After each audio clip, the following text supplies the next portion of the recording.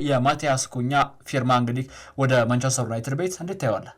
በጣም አስገራሚ ይሄ ዝውውር ነው። ምክንያቱም እንደተናገርከው ነው፣ ሌሎች ትላልቅ ክለቦች አሉ፣ ሻምፒየንስ ሊግም ዩሮፓ ሊግም የተለያዩ የአውሮፓ ውድድር መድረኮች ላይ የሚሳተፉ ክለቦች አሉ ኩኛ ላይ ፍላጎት ያላቸው። ነገር ግን ማንቸስተር ዩናይትድን እመርጣለሁ ብሎ ነው የመጣውና በጣም የሚያስደንቅ ነው። ሌሎች ክለቦችን ትቶ እዚህ ስኬት የራቀው ክለብ ላይ ለመጫወት መስማማቱ ትንሽ ግር የሚያሰኝ ነገር ነው። ነገር ግን ያው ማንቸስተር ታላቅ ክለብ መሆኑም ይታወቃል። የብዙ ተጫዋቾችም ፍላጎት እንደመሆኑ መጠን ምንም የሚያስገርም ነገር የለም ልትልም ትችላለህ በዚህ እና ማንቸስተር ዩናይትድ ለዚህ ተጫዋች ወደ 62.5 ሚሊዮን ፓውንድ ውል ነው ለመክፈል ነው የተስማሙት ከወልቭስ ጋር እና ይህ ተጫዋች በ3 ዓመት የሚያልቅ የክፍያ ስርዓት ነው የተፈራረሙት ከወልቭስ ጋር እና እስከ 2030 ነው ኮንትራት የተፈራረመው እና ፋብሪዚዮ ሮማኖም ሂርዊጎ ሲል አሳውቆታል ሌሊቱን።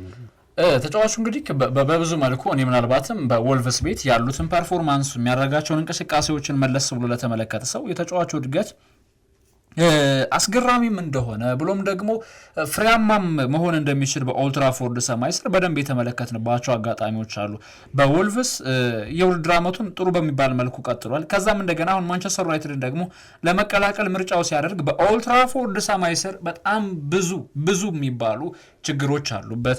ቡድኑ በተሃድሶ ላይ የሚገኝ ገና ከዚህ በኋላ ረዥም ጊዜያቶችን ሊወስድ የሚችል የተሃድሶ ስራዎች የሚጠብቁት አይነት ቡድን ነው የማንቸስተር ዩናይትድ ቡድን እና በዚህ ቡድን ውስጥ ማቲያስ ኩኛ እንግዲህ ፊርማውን ማስቀመጡ አንድ ክለቡን ትቶ ይወጣል ተብሎ ገና ከወዲሁ እየተሰጋ የሚገኘው ብሩኖ ፈርናንዴሽን ለመተካት፣ ሁለት የ9 ቁጥር አጥቂዎችንም እንደ ፎልስ ነምበር 9 አድርገህ መጠቀም የምትችልበትን እንቅስቃሴ እንዳለ ማመላከት የተጫዋቹ ሁለገብነት በዋነኛነት የሚነሱ ጉዳዮች ናቸው። ከዛ ውጭ ደግሞ ሁለቱንም መስመሮች ግራና ቀኞቹንም ለጥጦ መጫወት የሚችል አይነት ተጫዋች ነው ማቲያስ ኩኛ እና ይህን ልጅ ወደ ቡድን ስብስብ መቀላቀል ትርፉ ብዙ ነው። እንደ ቡድን ጥሩ የሚባሉ ነገሮችን ማንቸስተር ዩናይትድ መከወን የሚፈልግ ከሆነ እንደዚህ አይነት የዝውውር እንቅስቃሴዎች ላይ ቀመሮችን መቀመር ይጠበቅበታል። ተጫዋቹ አሁን ላይ እንግዲህ ምናልባት ማንቸስተር ዩናይትድ ማቲያስ ኩኛን ሲያስፈርሙ አንድ በጣም ያስገረመኝ ነገር መንዛዛቶች አሉ። ከዚህ በፊት የምታስታውስ ከሆነ ፖል ፖግባ፣ ጀደን ሳንቾ ሊፈርሙ ሲሉ ሐምሌ ነሐሴን ሁለቱንም ወር ተወጥቶ የመጨረሻ ላይ 2 ዓመት ነው ሳንቾ በትክክል ዝውውሮች ራሱ ሲጠናቀቁ ከመፈረሙ በፊት የዝውውር መስኮቱ 60ዎቹም ቀን በጭምጭምታ ዛሬ ማንቸስተር ዩናይትድ ከዝውውሩ አገለለ፣ 10 ሚሊዮን ቀነሰ፣ 10 ሚሊዮን ጨመረ፣ በቃ እንደዚህ አይነት አሰልች የሚባሉ ዝውውሮች ነበሩ። አሁን ላይ ግን እነዛ ነገሮችን እየተመለከትን አይደለም። በኢኖስ ስር ማንቸስተር ዩናይትድ የሚፈልጋቸውን ተጫዋቾች በቶሎ የማግኘት እድል ፓትሪክ ዶርጉ፣ ጆሹዋ ዜክሲ እንደገና ደግሞ አሁን ማቲያስ ኩኛ እነዚህ ልጆች ያገኙበትን መንገድ ስትመለከት ብዙ አድካሚ ባልሆኑ ሁኔታዎች ውስጥ ክለቡ እያለፈ እንደሚገኝ በደንብ ማሳያ ነው እና እንደ ማንቸስተር ዩናይትድ አይነት ቡድን እንደ ማቲያስ ኩኛ አይነት ተጫዋች ያስፈልገዋል፣ በትክክል ያስፈልገዋል። ሩበን አሞሪም በነገራችን ላይ ይውለ ትላንትና ከደጋፊዎች ጋር የመሰነባበቻ ወይም የመለያ መልእክቶችን የሲዝኑ ስለተጠናቀቀ ያስተላልፍ ነበር በስቴዲየም በትልቅ ማይክሮፎን እና ያኔ ማንቸስተር ዩናይትድ እንደተረከበ የምታስታውስ ከሆነ የመጀመሪያ ሳምንት ጨዋታዎችን በአሸናፊነት ተወጥቶ ነበር። ከዛ ምንድነው ያለው እሱ ማዕበሉ እየመጣ ነው ነበር ያለው። ቃል በቃል ያለው ይሄ ነው። ማዕበሉ ኤቨርተንን ካሸነፉ በኋላ ያሸነፍክ እንዴት ነው ማዕበሉ እየመጣ ነው የምትለው? ማዕበሉ የሚያናውጥ ነው ማዕበልኛ የምናውቀው ማዕበሉ እየመጣ ነው እንዴት? ግን ሩበን አሞሪም ቀድሞ አስቦበት ነበር ይሄ ነገር ሀፕን እንደሚያደርግ ያውቀዋል። ማንቸስተር ዩናይትድ ችግሩ ብዙ ቀዳዳው ብዙ እንደሆነ በደንብ ያውቃል። ለዛም ይመስለኛል ማዕበሉ እየመጣ ነው። ትናንትና ግን ለዩናይትድ ደጋፊዎች ስቴዲየም ላይ ሞቅ ያለ ጭብጨባ እንዲቸረው ሞቅ ያለ የሆነ ስሙን ከፍ አድርገው እንዲጠሩት እንዲዘምሩለት ያደረገ ንግግርን ተናግሯል። ከ6 ወር ከ7 ወር በፊት ስመጣ ማዕበሉ እየመጣ ነው ብያቸው ነበር፣ አሁን የኛ ጥሩ ጊዜ እየመጣ ነው አላቸው። ቃልም በተግባር ነው አሰልጣኙ፣ ምንም ጥያቄ የለውም። ከዚህ በፊት በስፖርቲንግ ሊዝበን ቤት ስቴፍ የምታስታውስ ከሆነ የመጀመሪያ ዓመቱ ላይ ስፖርቲንግ እንደተረከበ ያደረገው የመጀመሪያ ነገር ምንድነው? ቡድኑን ሙሉ ለሙሉ ነው ያጸዳው። 25 ተጫዋቾችን ያሰናበተው በስፖርቲንግ ሊዝበን ቤት ገና በመጀመሪያ ዓመቱ ላይ። በማንቸስተር ዩናይትድ ቤት ይሄ ቁጥር ካልጨመረ በስተቀር አያንስም። 25 ተጫዋቾች ከዛ በላይ ካላሰናበተ ምን አለ በላይ። በዚህ የቡድን ስብስብ ውስጥ እንደውም ሰሞኑን የተለያዩ የእንግሊዝ መገናኛ ብዙሃን ድርጅቶች the only one እያሉ ሌኒዮሮን ይዘውት እየወጡ ነበር። ብቸኛው ለሽያጭ የማይቀር በማይደራደርበት ማንቸስተር ዩናይትድ አማድ ዲያሎ፣ ብሩኖ ፈርናንዴዝ፣ ሃሪ ማጓየር፣ ሳንቾ ወይም ጋርናቾ እያልክ የምጠራቸው ልጆች በሙሉ እንዳለ ሽያጭ ወጥቷል። በትክክል አሁን ብሩኖ ፈርናንዴዝን እናነሳዋለን። ብሩኖ ፈርናንዴዝ ይኸውልህ ከሳውዲ አረቢያ ክለብ አልሂላል የዝውውር ገንዘብ ቀርቦላቸዋል ለማንቸስተር ዩናይትድ። ተጫዋቹ በአመት 21 ሚሊዮን ወደ ካዝና የሚያስገባው ኢማጂን። ማንቸስተር ዩናይትድ ደግሞ አሁን የቀረበው የመጀመሪያ ዙር ጥያቄ የቀረበው 80 ሚሊዮን ፓውንድ ነው። እስከ 120 ሚሊዮን ፓውንድ አልሂላል የመክፈል እድል አላቸው። ብሩኖ ፈርናንዴዝ ደግሞ ቃል በቃል የተናገረው አንድ ንግግር አለ። ይሄ ንግግሩ ምንድነው? የኔ መሸጥ ለክለቡ የሚጠቅም ከሆነ ወይም ደግሞ ገንዘብ የሚያመጣላችሁ ከሆነ ሽጡኝ፣ ነገር ግን ክለቡን እወዳለሁ፣ በክለቡ መቆየት እፈልጋለሁ። በማንቸስተር ዩናይትድ ቤት መቆየት ይፈልጋል። እውነት ለመናገር የማንቸስተር ዩናይትድ ደጋፊዎች አብዛኞቹ ብትጠይቅ አይ ብሩኖ ፈርናንዴዝ መቆየት አለበት ነው የሚሉት። ግን ደግሞ 30 ዓመቱ ላይ የሚገኝ ተጫዋች ከክለቡ ፋይናንስ አንጻር በትክክል 31 ዓመቱን ቀጣይ የሚይዝ ተጫዋች 120 ሚሊዮን ፓውንድ ቀርቦልህ በዛ 121 ሚሊዮን ፓውንድ እኮ 5 ተጫዋች ትገዛበታል። እንዴት በ20 እና በ30 ነው እንደሚገዛው ይላሉ አይደል? ኖ እንደዛ ለማለት አይደለም። ማቲያስ ኩኛ 62 ሚሊዮን ነው የወጣበት። ዩሮ 62 ሚሊዮን ፓውንድ ወይ 5 ፓውንድ። ስለዚህ ማቲያስ ኩኛ 62 ሚሊዮን ፓውንድ ወጣበት ማለት ማንቸስተር ዩናይትድ በ3 ዓመት ነው ከፍሎ የመጨረስ ግዴታ ያለበት። በየአመቱ ወደ 21.5 አካባቢ ወይም 21.33 አካባቢ ሚሊዮን ፓውንድ ብቻ ነው የሚከፍለው። 100 ሚሊዮን ፓውንድ በጀት የሚባል ማንቸስተር ዩናይትድ አሁን የሚከፍለው 78 ሚሊዮን ንጹህ ትርፍ አለው ማለት ነው። 22ቱን ነው የሚከፍለው። ስለዚህ እንደዚህ አይነት ባለ መልኩ ነው የሚዳኙት ዝውውሮችና ከዚህ አንፃር ክለቡን ለቆ ቢወጣ ብሩኖ ፈርናንዴዝ የሳውዲ ክለቦች ደግሞ እንደዚህ አይነት መጋታት አይወዱም። በ5 ዓመት በ6 ዓመት የሚባል ነገር የለም። በቃ ጠረጴዛ ላይ ገንዘብ ይቀመጥልሃል፣ ፈርመህ ትወስዳለህ። ይሄ ነው የዝውውር ስትራቴጂያቸው። ሩበን አሞሪም በስፖርቲንግ ቤት ያደረገውን ነገር ያደርገዋል ወይ? በትክክል ትላንትና አንድሬ ኦናና በቡድን ስብስብ ውስጥ አልነበረም፣ ክለብ ፈልግ ተብሏል። ጋርናቾ አሌሃንድሮ ጋርናቾንም በደንብ የሚነሳና የምንመጣበትም ጉዳይ ይሆናል። የአንድሬ ኦናና ግን ክለብ እንዲፈልግ የተነገረው ወይም ደግሞ ከማንቸስተር ዩናይትድ እንደሚወጣም የተገለጸበት ዋነኛ ምክንያት በአውሮፓ ሊጉ ደካማው ተጫዋች ነበር። በማንቸስተር ዩናይትድ ቤት እኔ ባይዘው በማንቸስተር ታሪክ የሲዝኑ ለኔ በዚህ ውድድር ዓመት በእንግሊዝ ፕሪሚየር ሊግ ራስሙስ ሆይሉንድ ደካማ ነው፣ ብዙ ተጫዋቾች ደካማ ነው። አንድሬ ኦናና ለኔ ደካማ አይደለም፣ የደካሞችም ደካማ ተጫዋች በውድድር ዓመቱ ላይ ባሳየው ፐርፎርማንስ። በሱ ምክንያት ማንቸስተር ዩናይትድ አንገቱን የደፋባቸው ጨዋታ እንቅስቃሴዎች ለቆጣሪም ያስቸግራሉ፣ ብዙ ናቸው በጣም። ሌላው በትላንትናው ጨዋታ አሌሃንድሮ ጋርናቾን በሜዳ ላይ አልተመለከትነውም። እንደውም የአሌሃንድሮ ጋርናቾ የልጅ እናትና የፍቅር አጋሩ ላስት ማች በትክክል ትዳር አልመሰረቱም፣ ባልና ሚስት አናላቸው፣ ፓርትነር ናቸው። እነዚህ ሁለቱ አካላቶች እንግዲህ ምንድነው በሶሻል ሚዲያ ላይ የፖስተቸው የህፃን ልጅ ጫማ የማንቸስተር ዩናይትድን የማሊያዎችን ቁምጣና ቲሸርቱ ማለት ነው አድርጋ እዛ ላይ ጫማ አስቀምጣ የሚያነባ ኢሞጂ ከጎን አድርጋ ላስተማች ብላ ሶሻል ሚዲያ ላይ። ጋርናቾ ጨራሽ በቡድን ስብስብ እኮ አልነበር፣ በኋላ ላይ ስቴዲየም ተገኝቶ ተሰናብቷል ደጋፊዎች። ስለዚህ አሌሃንድሮ ጋርናቾን ታጠዋለህ፣ አንድሬ ኦናና ክለቡን ይለቃል።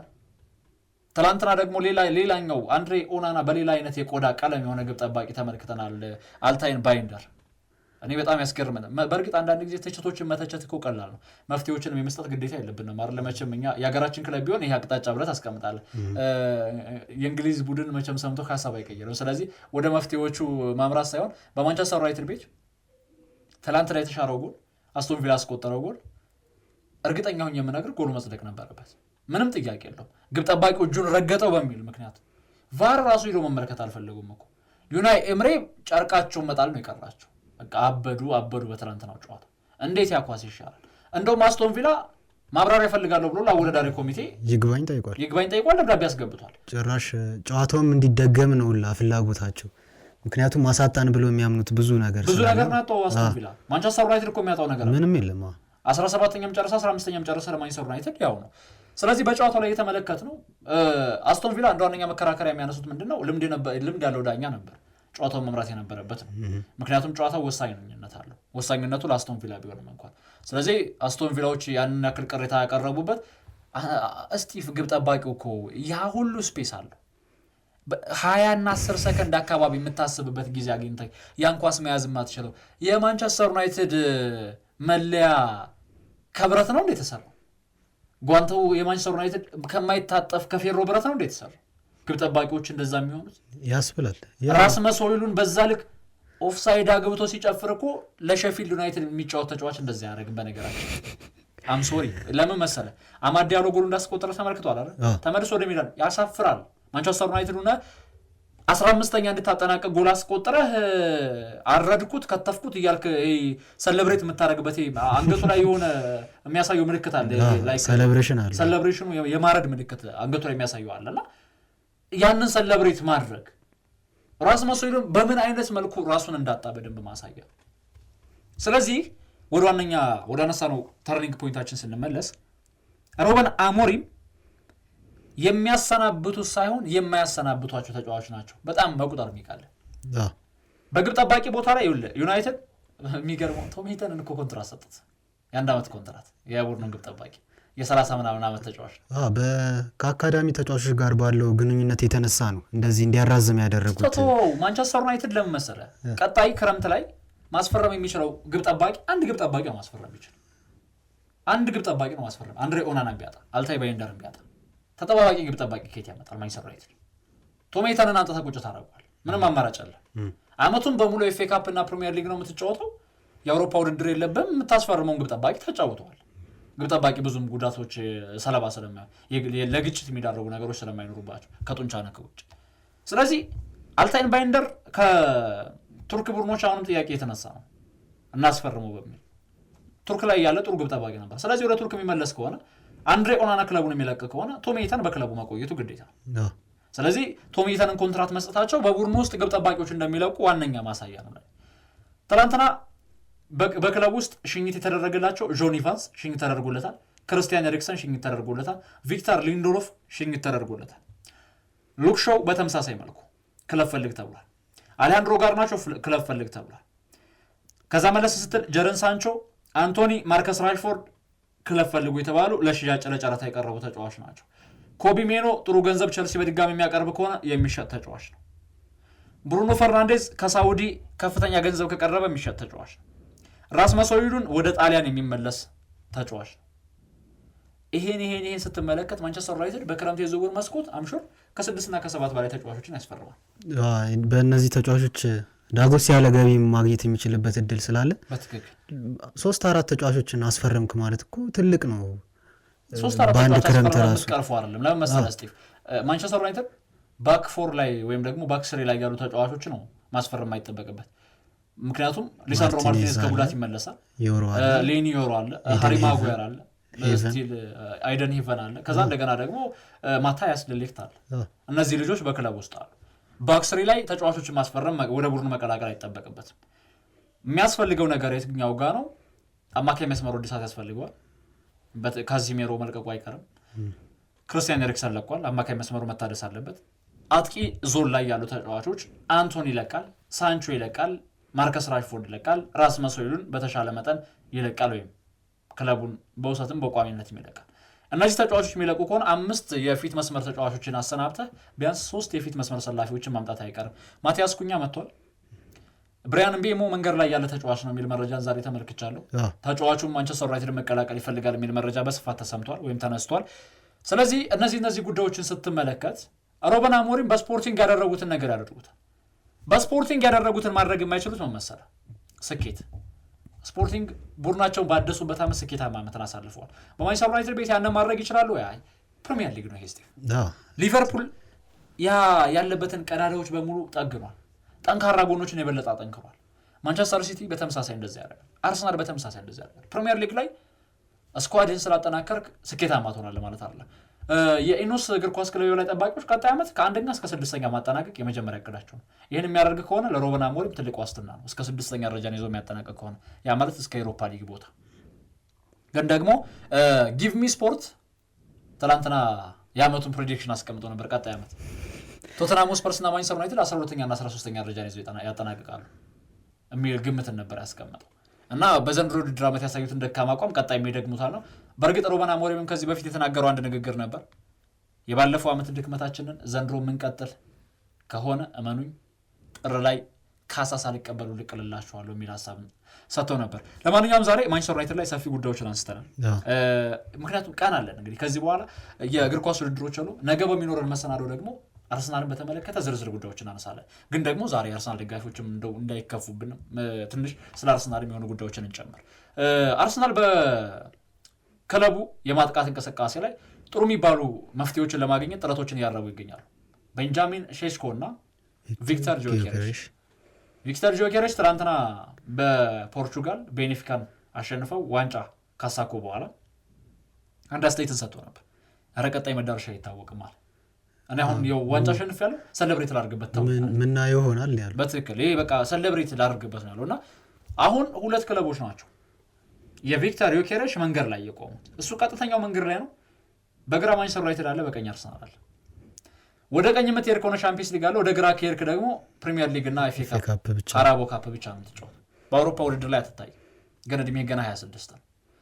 በፕሮጀክት የምታምን ከሆነ ወደ ማንቸስተር ዩናይትድ ታመራለህ። በቻምፒየንስ ሊግ እንደዚሁም ደግሞ ክለቡ ያለበት ችግር ያጥቂ ብቻ ነው፣ ያጥቂ ችግሩን ያቀርፋለሁ ብለህ የምታስብ ከሆነ ወደ አርሰናል ታመራለህ። ምርጫው እሱ ነው፣ የተጫዋቹ ምርጫ ብቻ ነው። ቤንጃሚን ሼስኮ የሚኬል አርቴታ ምርጫ ነው። ቪክተር ጆኬሬሽ ደግሞ የአንድሪያ ቤርታ ምርጫ ነው።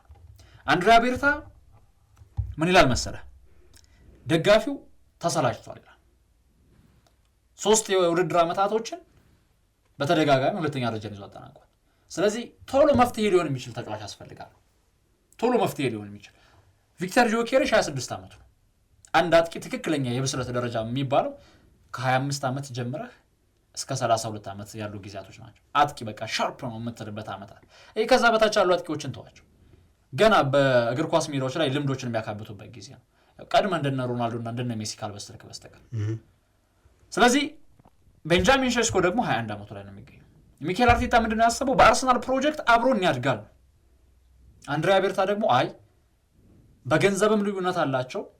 54.6 ሚሊዮን ፓውንድ ነው የኛው መሸጫው፣ ያኛው 80 ሚሊዮን ዩሮ ነው መሸጫው። ቤንጃሚን ሼስኮ 80 ሚሊዮን ዩሮ፣ ቪክተር ጆኬሬሽ 54.6 ሚሊዮን ፓውንድ ነው። ኦልሬዲ ወደ ዩሮ ስትቀይረው እስከ 65 ሚሊዮን ዩሮ አካባቢ ማለት ነው የቪክተር ዮኬሬሽ ዝውውር። ሌሎች ተጫዋቾች ላይ ኢንቨስት ማድረግ ስለምንፈልግ ቪክተር ዮኬሬሽን እናስፈርምልህ ሚኬል አርቴታ ሞት ያርግብኛል ነው የሚመስለው። ፕላን ኤ ቤንጃሚን ሼስኮ ነው። ሲጀመር ብዙ ጊዜ እንደዚህ ወኪሎች መልማዮችም ከሚያመጡት ይልቅ አሰልጣኙ ራሱ የሚፈልገው አይነት ተጫዋቾች ቢመጡለት ይሻላል። እኔ የምተማመነው በሚኬል አርቴታ ነው። እውነት ለመናገር አንድሪያ ቤርታ 6 ወር ያልሞላ ስፖርቲንግ ዳይሬክተር ነው። በዚህ መንገድ ቡድንህን ቅረጽ ብሎ ሀሳብ ሊሰጥ ይችላል። ግን ደግሞ ሜዳ ላይ የምትመርጠውን የጨዋታ አቀራረብ እሱ ሊመርጥልህ አይችልም፣ ኤክሰፕት ኢትዮጵያ ውስጥ ካለ ነው እንግሊዝ ላይ። ስለዚህ አሁን ላይ ቤንጃሚን ሼስኮ ወደ አርሰናል የሚያመራ ከሆነ የሚኬል አርቴታ ተቀዳሚ ምርጫ ነው የሚሆነው። ይህንን ጉዳይ እንግዲህ ነገ ማክሰኞ ነው፣ ነገ በሚኖረን የስፖርት መሰናዶ በዝርዝር የምናነሳሳ ጉዳይ ነው የሚሆነው። ጉዳይ አድማጮቻችን፣ በተከታይነት ደግሞ ስጢፋኖስ ሞላ ያዘጋጀው ዘመን ክላሲክ አለ። በእርግጥ በእንግሊዝ ያውም ደግሞ በውሃ ሰማያዎቹ በኢታድ ስቴዲየም የደመቀ ታሪኩን በወርቃማ ቀለም ያጻፈ የእንግሊዝ ፕሪሚየር ሊግ የምንጊዜም ምርጥ አማካኞች መካከል አንደኛው የሆነ ስሙ ማን ነው አትሉኝም? በእርግጠኛነት የምታውቁት ልጅ ነው። ቤልጅማዊ የእግር ኳስ ጠበብት ኬቨን ደብሮይን KDB በተከታይነት ወደ እናንተ የሚደርስ መሰናዶ ነው። እሱ እንድትከታተሉ ጋበዝናችሁ። የዕለተ ማክሰኞ ሰው ይበለን። ነገ ተመልሰን የምንገናኝ ይሆናል። መልካም ጊዜ፣ መልካም ቆይታ ይሆንላችሁ።